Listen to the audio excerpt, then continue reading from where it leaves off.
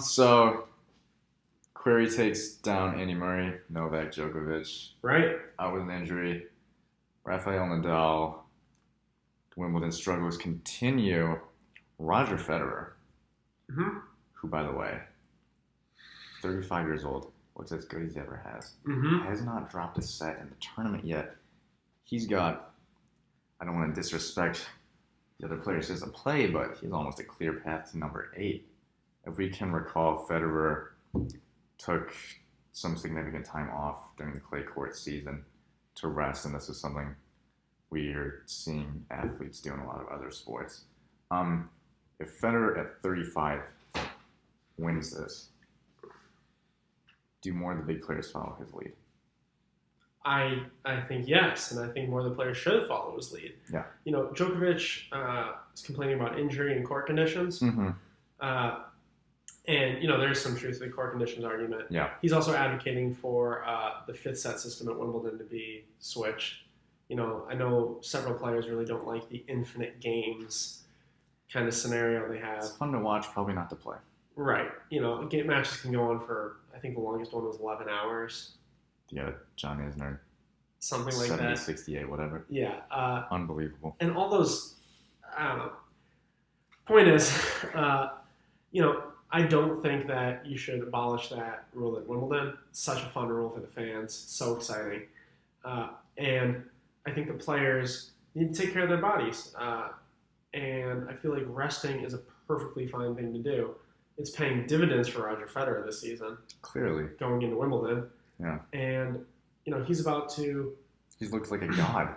You know, he's about He's to possibly win Wimbledon at 35 years old, which is quite the accomplishment. Yes. Now, I would like to take this moment to make a new prediction for who's going to win Wimbledon. It's going to be the American. Stop it. Sam Querrey. Stop it. He beat the man I thought was going to win. And now no one can stop him. Because, as few people know, tennis, if you beat the best player in the world, that makes you the best player in the world. That's how things work.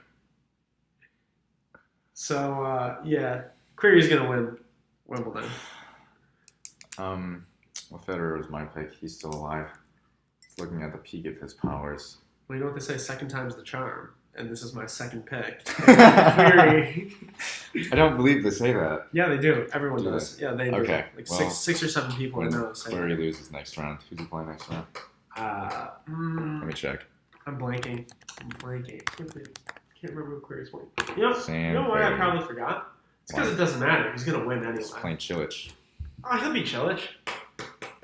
He'll beat Cilic. He'll beat Cilic. Yeah. See? Maybe he will win. In the semifinal.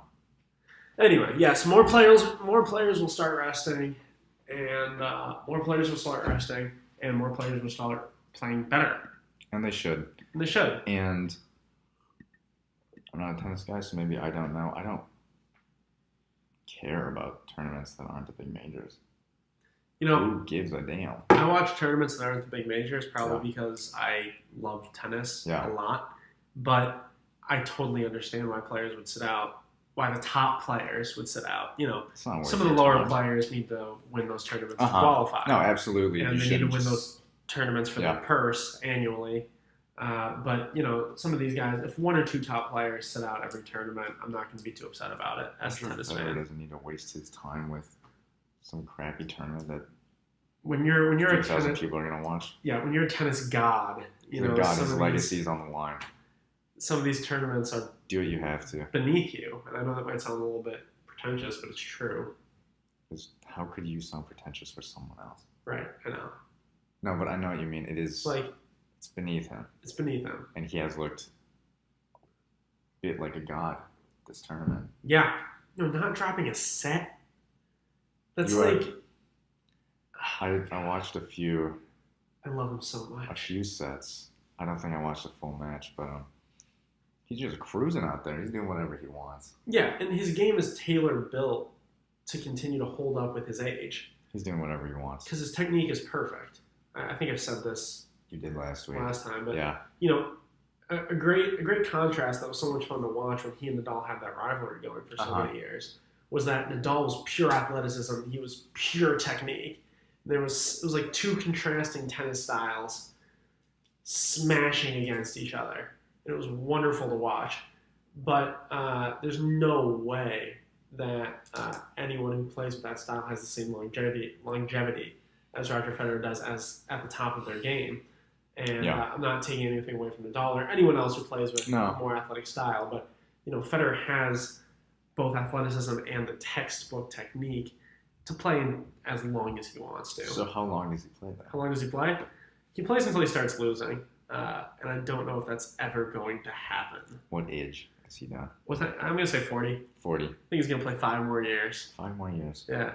5 more years of Roger. I would take it. I would. In a heartbeat. I hope so. Yeah. Let's take a break before we... He's going to play until he's a man.